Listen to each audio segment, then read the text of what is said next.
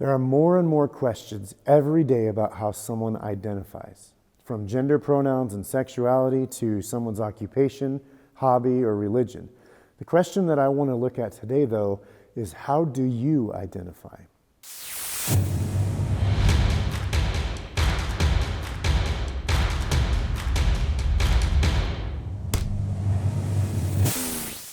Hey guys, it's Aaron back with another Stint Take.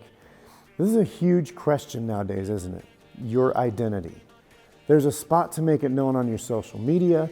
It can come from the friends you find yourself around. It might even have a lot to do with things you can't control, like your family or your ethnicity.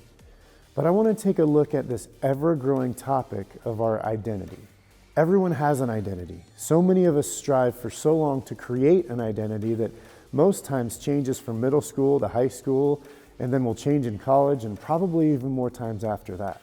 So what happens when the identity that is so deeply rooted in us disappears? What happens when you've worked for so many years to be the popular athletic kid in high school, and then because of some crazy accident, you can't even walk anymore? Or when you've studied and worked so hard on your grades only to not be accepted to the school of your choice? Or what about when you've tried so hard to be the great Christian girl that everyone looks up to, but you make a mistake with your boyfriend and become pregnant? What then? Your identity that you've worked so hard for is shattered. Do we just hope it works out and move on? Do we keep trying to go in the same direction? I think there's a better solution. Put your identity in Christ. Now, I know that sounds like a Christian phrase, but just think about it. Make your identity Jesus Christ. Well, okay, Aaron, but what does that mean? It means that when you come to Jesus, giving him your life and making him your Lord, he now offers you a new identity that if you live with it will change everything. It'll change the way you think, it'll change the way that you view yourself, and it'll change your need to be significant to the world. Colossians 3:12 says, "Since God chose you to be the holy people he loves, you must clothe yourselves with tender-hearted mercy, kindness, humility, gentleness, and patience." Can you imagine if we lived knowing we were chosen by God? Check these out too. God says we are his handiwork or masterpiece in Ephesians.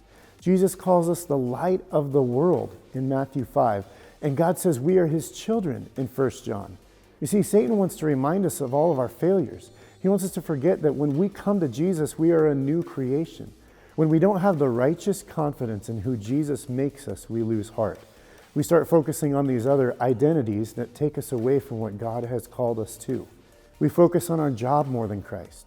We focus on our status more than Christ. We focus on our sexuality more than Christ. We focus on our motherhood or fatherhood more than Christ. We focus on our inabilities more than Christ. We focus on our relationships more than Christ. We focus on our money more than Christ. We focus on fitting in more than Christ, all because of wanting to have an identity.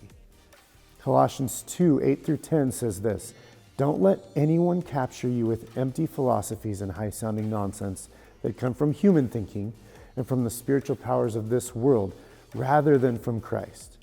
For in Christ lives all the fullness of God in a human body, so you also are complete through your union with Christ, who is the head over every authority." Did you hear that? Don't get distracted with nonsense from the powers of this world. In Christ lives the fullness of God. You are complete through Christ. Guys, we can strive to have whatever identity we want on earth, but it will always be incomplete without Jesus. Some of you today need to hear that in Christ, you're enough. Continue to grow in your love for Jesus more and more each day, and stop working so hard to create a name tag for yourself when Jesus has already offered you his. I know this isn't an easy thing all the time, but let me tell you, it is so worth it. Thanks for watching, guys. Let us know what you think. We truly want to hear your feedback. Also, let us know if you have any questions that you might be curious or struggling with. Thanks, guys, and we will see you again next time. If you want to learn more about this topic and many others, or about our cost-free STINT internship, visit toddbecker.org/stint.